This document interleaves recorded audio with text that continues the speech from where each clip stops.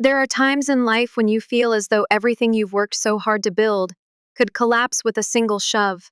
That moment for me occurred at what was meant to be a fun family get together on a sweltering July afternoon.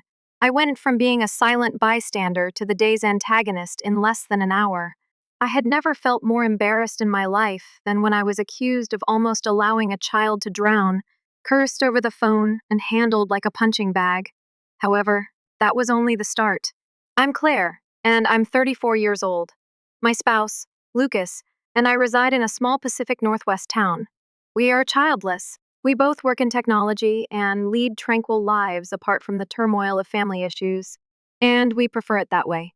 Unlike my two elder sisters, Vanessa and Mia, who frequently plan family get togethers with their rowdy spouses, we have always stayed to ourselves. My sisters and I have never been close, to be honest. Mia is 8 years old, and Vanessa is 5 years older than me. Lucas and I are the odd ones out to them because they are both mothers of 3 and 4 children, respectively. No children? How selfish, they would remark. What's wrong with you two? Is a judgment I have had to live with for years, but until that day, I didn't find it particularly bothersome. My mom sent out the invitation a few days prior, and initially we attempted to say no. But then, as only a mother can, she began phoning, begging, and using guilt. We need you, Claire. Your dad misses you. Lucas's gentle disposition ultimately persuaded me to go. Just a few hours, he whispered, holding my hand tightly. You can do this. The scene was precisely what I had anticipated when we got there, mayhem. There were 4 automobiles parked outside, and from the backyard came the sound of children screaming.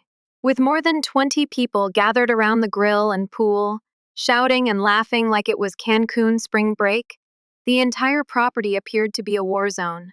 Dad, the only sober one, was sitting in the hot tub, obviously attempting to block out the chaos, while the kids, who ranged in age from 5 to 12, were running amok. I could see my mom frantically trying to keep things under control. Disaster happened within 30 minutes after we arrived. One of Vanessa's children came running up to me and pushed me in the direction of the pool. My instincts took over and I was able to avoid it. But 3 other children, 2 of them 10 and one 8, went flying in like cannonballs and screamed as they splashed into the water. The pool became unnaturally quiet for a minute. Then one came up, gasping and clinging to the side, while the other was flailing in the center, unable to swim. Lucas jumped right in and took 2 of them out. But my mother managed to save the third. There was a noticeable sense of panic, but all I could hear were Vanessa and Mia's irate yells rather than a thank you or even a brief moment of comfort. Vanessa said, Claire, what the hell? Why didn't you stop them? They almost drowned. You were just standing there, laughing. I went cold. Was she joking? Before the blame was placed on me, I had hardly had time to comprehend what had transpired. I lost my temper. Are you serious? I dodged them. I didn't even touch them. What more do you want from me? Lucas intervened, attempting to maintain harmony. These are your kids, not ours. You need to take responsibility. However, no. Already the alcohol had taken over. The shouting match went on, drowning out everything else, and their egos were hurt. The entire party devolved into a nightmare, with children weeping and my mother yelling at Vanessa. Soon after, one of their husbands, who was so drunk that he was almost able to stand, came over to attempt to make things right. I'd had enough. I'm done, I murmured, taking Lucas's hand. We're leaving. If anyone wants to stay and burn with this mess, they can. The yelling, the tears, and the catastrophe of what ought to have been a straightforward family get-together were all gone as we left the scene. However, I had no idea how much worse things would get. I believed the storm was over by the following morning. I was mistaken. My phone began to ping as I was half sleepy in my kitchen, holding my first cup of coffee. Again and again, as if it was eager to spoil my morning.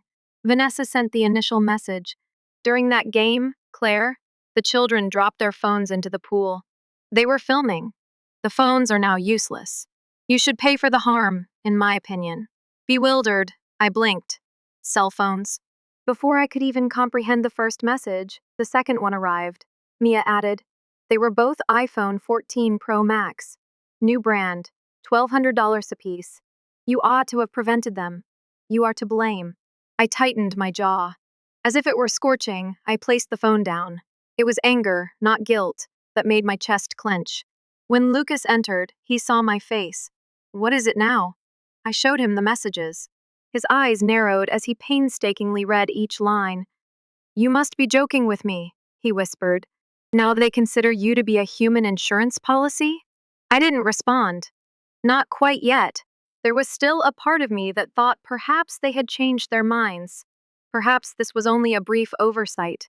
However, a second message arrived. This time from Mark, Vanessa's husband. Let's keep things simple. You are aware of your responsibility.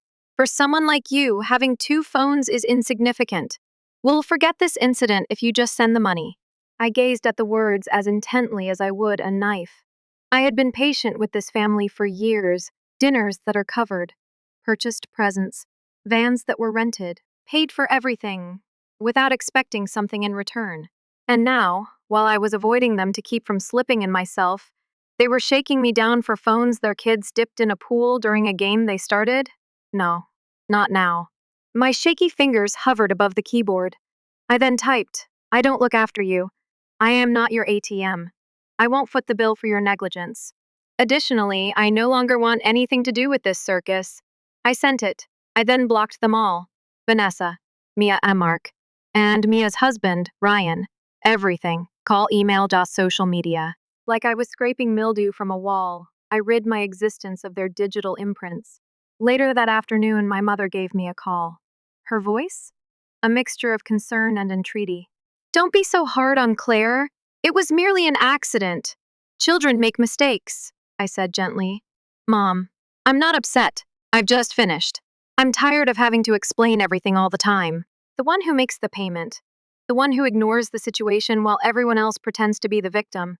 A pause occurred. She made another attempt. However, the phones are pricey. They are significant to the children. Perhaps someone ought to have instructed the children not to toss someone into a swimming pool while having a party, particularly not while holding electronics. In the background came the murmur of my father's voice. Although I was unable to hear the words, I could hear the tone. He sounded worn out. Keep quiet. Mom let out a sigh. We simply don't want the family to disintegrate. I took a deep breath. I didn't cause it to collapse. For years it has been cracked. I only had the adhesive in my hand. I've also ran out.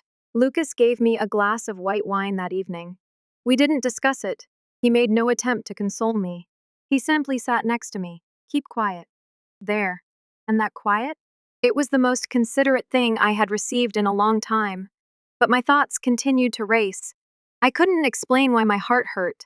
Because individuals reveal their true selves to you when you eventually set boundaries.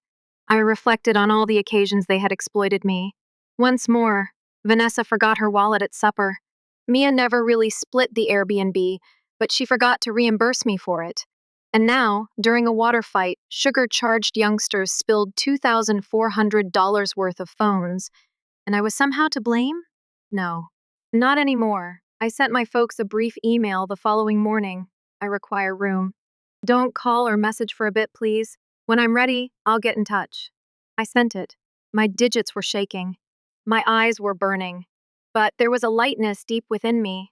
I wasn't holding my breath for the first time in my adult life. I wasn't trying to make up for the turmoil caused by others. I wasn't trying to mediate a conflict that I didn't initiate. That should be the end of it, I thought. However, I was unaware that Mia and Vanessa wouldn't simply let me go. They had no intention of leaving in silence. Because they're liked by people, when they're mistaken, they don't freak out. When you stop playing the game, they get into a panic. Additionally, they were going to play dirty. Silence for 3 days following the message war. Don't text, no phone calls, no check-ins masquerading as guilt trips. It was odd. Too silent. My sisters were people I knew. It wasn't a capitulation. The quiet before a storm was that. Just to take a breather, Lucas and I were organizing a weekend trip, a respite from the chaos known as family. Then Tuesday morning arrived. My phone rang while I was getting ready for work. It was my mother. I nearly didn't respond. I had a gut feeling that her voice would drag me back into the situation I had just left. Still, I picked up. Could you stop by the house tonight, Claire? In midair, my hand froze. Why? I want to talk to your dad. Additionally, Vanessa and Mia will be present. My throat constricted, as if I were going to return to the lion's den. You want me to sit across from the two mothers who branded me selfish when I refused to pay $2, 400 for their children's wet phones? Silence fell. My mother's voice then fell. I am aware that it was ridiculous. However, both your father and I are worn out. We wish to put an end to this, in one way or another. Simply come. If things don't work out, you can walk away. I concurred. Not in a peaceful manner. However, I had to meet their eyes directly and express all I have never expressed before. There was a lot of tension in the home when Lucas and I got there that evening, similar to the atmosphere before a summer storm. On the couch, Vanessa and Mia gripped teacups tightly, as if they were lifelines. Thank God, no husbands in sight. At least I wouldn't have to put up with the inebriated man-to-man lectures from Mark or Ryan. My father got up. He spoke softly. Weary. Sit down, everyone. We must clarify a few points. We took a seat. Crossed arms. Tight lips. Vanessa. Mia. You went too far. You want Claire to pay for the phones your kids broke? That goes beyond being entitled. It is dishonorable. When Vanessa opened her mouth to speak, my mother held up her hand. No justifications. I have read your messages. I was ashamed for you. Mia cast her gaze downward. Vanessa? She continued to pretend to be calm. However, she tapped the porcelain cup with her fingertips. She was scorching. My father went on.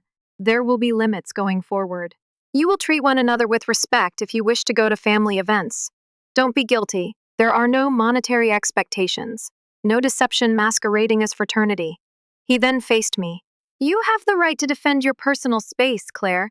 No one is allowed to enter that mountain cabin going forward unless you provide explicit written consent. I gave a nod, slowly. However, something changed within, a odd mixture of anguish and relief. Then Vanessa lost her temper. So I'm the evil guy all of a sudden because of a few phones? Are they treating me like an outsider? I straightened my posture. Ice, my voice. The phones aren't the point. It concerns you, regarding the fact that you have never taken responsibility for your errors. Never. People are used by you. You use family as a shield to conceal. Her jaw dropped. Closed. Nothing was revealed. Then, for the first time, Mia spoke softly. I am aware that we overreached. Claire, I simply don't want to lose you. I gave her a look, glanced closely, and for once, I saw a glimpse of something primal beneath the eyes. Perhaps guilt. Fear, perhaps. Perhaps both. I said. You didn't lose me. You simply lost the me that allowed all of this to occur. That Claire is no longer there. I took action the following morning that I ought to have taken years before. After my parents' retirement failed, I bought them a cabin near Twin Cedar Lake, which I traveled up to. It was tucked away in the forest. Keep quiet. Calm. A place where serenity once prevailed. So far. I exited the vehicle, approached the gate, and entered a fresh security code. One that only I and Lucas knew. My mom used our birth dates to set the old code, but it was no longer there. Forever. I looked all throughout the cabin. Everything appeared to be in perfect condition. I still didn't feel secure, though, so I gave a locksmith a ring, instructed him to replace each lock, put in a security camera, a light that moves, strengthen the windows. Not that I was afraid of strangers. I was afraid of family. Lucas looked back on the journey back. Do you feel bad about it? I gave a head shake. Not for a moment. Because it wasn't a public lodge. This cabin, this refuge. It wasn't a nonprofit. Furthermore, asking for a spare key after insulting the owner was definitely not appropriate. I was locking the door this time. Lawfully. On an emotional level. Indefinitely. However, just when I believed the most difficult portion was gone, the truth finally surfaced. And what did I find out next? All of it was broken. Saturday AM. With coffee in hand and a blanket wrapped around my shoulders, I sat on the balcony attempting to regain my sense of normalcy. Just be calm. The phone rang at that moment. It was my mother, once more. However, she didn't sound shaky or soft this time. It had a keen edge, chilly, furious. Claire, were you aware that Vanessa has been leasing the cabin? I went cold. What are you discussing? Your dad was phoned by a neighbor. every week those strangers come and depart?" He inquired as to whether we were aware that our daughter was using a vacation app to rent it out. I got to my feet as if I had been slapped. "Hold on, Vanessa. Claire," she said. "She has been putting a name on it. Nessa's Cozy Cabin is available on 3 separate rental applications. Many reviews, complete listings, your pictures, your furnishings, even the messages you wrote in the guest diary." My blood became icy. She had transformed that cabin, my cabin, into her private enterprise behind my back for many years. I got it 3 years ago. I covered all of the costs myself. Since my parents had never owned a hideaway of their own, I gave them the keys. Vanessa had been collecting rent from strangers while seeming to be the devoted sister. All the while, I foolishly paid the property taxes and maintenance. I wasn't yet even upset. I was stunned. "You've known for how long?" I inquired. "I just learned," she remarked. "Vanessa freaked out when you changed the code. Told me that some friends she had booked couldn't get in for some reason." I became suspicious, so I looked it up online. And there it was. The anger struck at that moment. Heavy, deep, blazing. I got my laptop open, entered the name. It was there. Pictures of the hearth Lucas and I constructed. I strung the swing for Dad. In a listing shot, my name was blurred out like a terrible secret, even though it had been scratched into the back porch with a carving knife. I read the reviews by scrolling. "Wonderful stay. Comfortable and private. I'll make another reservation." The handwritten welcome note was adorable. It's like home. A letter of welcome?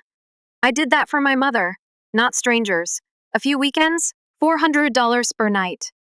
Best time of year, $2,000 every week. I calculated it.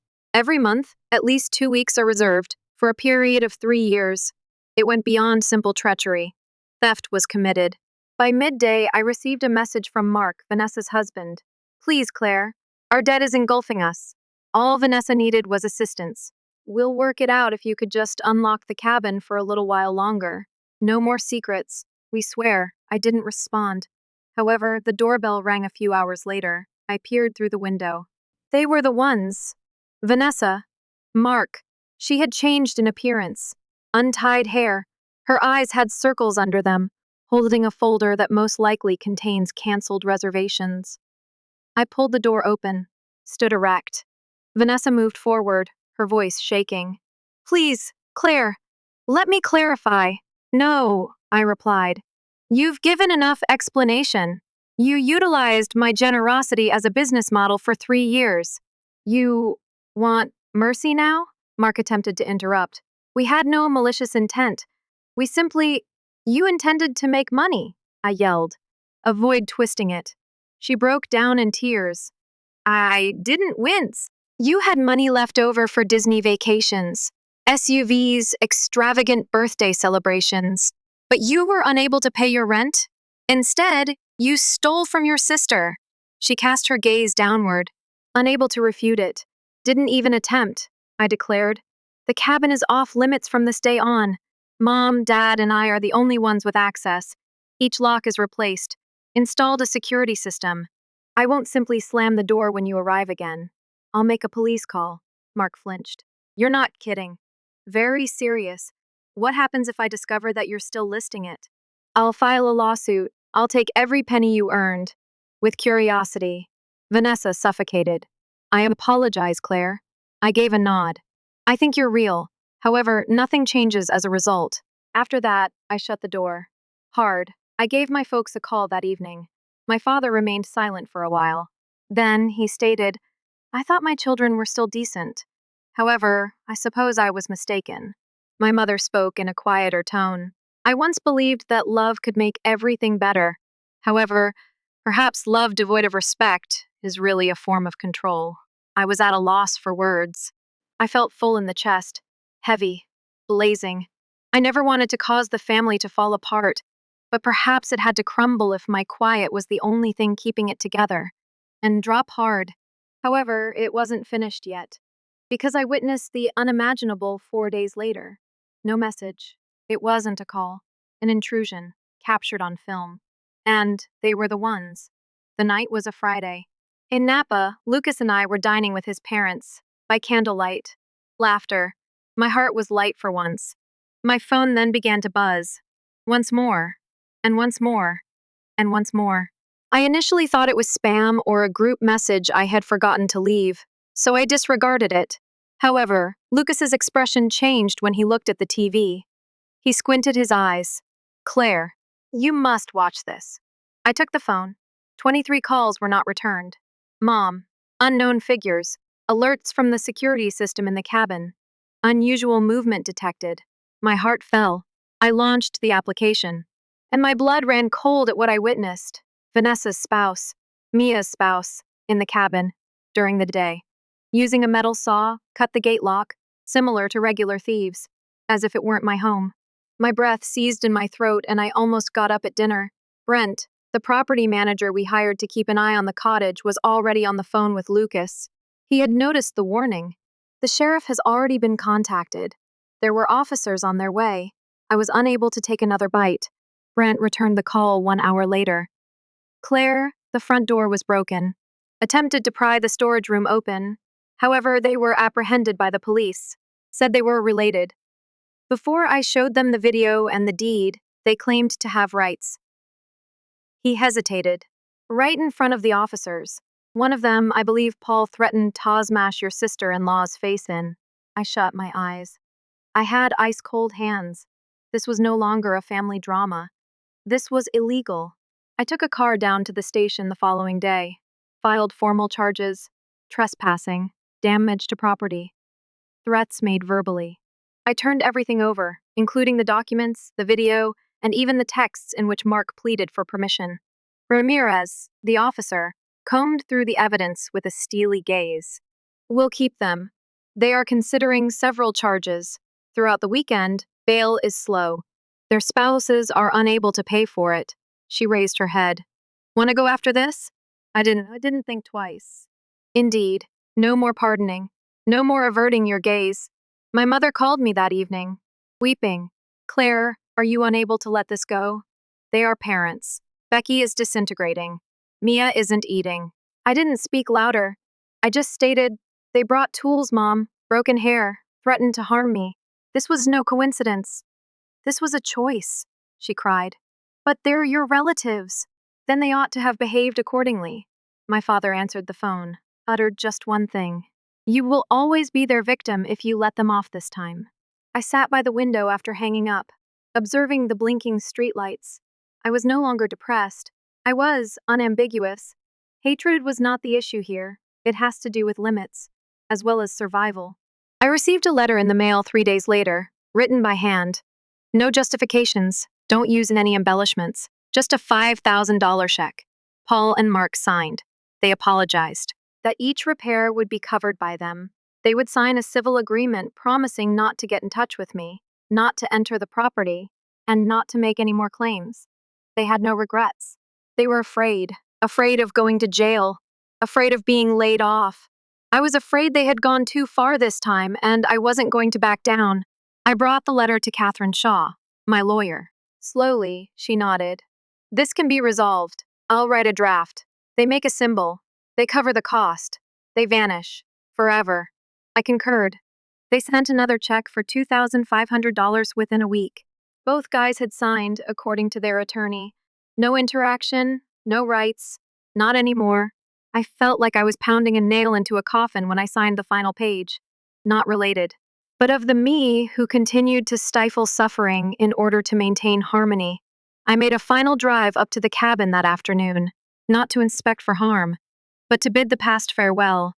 I caressed the rails Lucas and I had constructed as I strolled around the porch, felt the pine trees being brushed by the breeze, calm, sincere. I put a fresh wooden sign on the door before I went. Private property, only authorized access. Those who trespass will face legal action.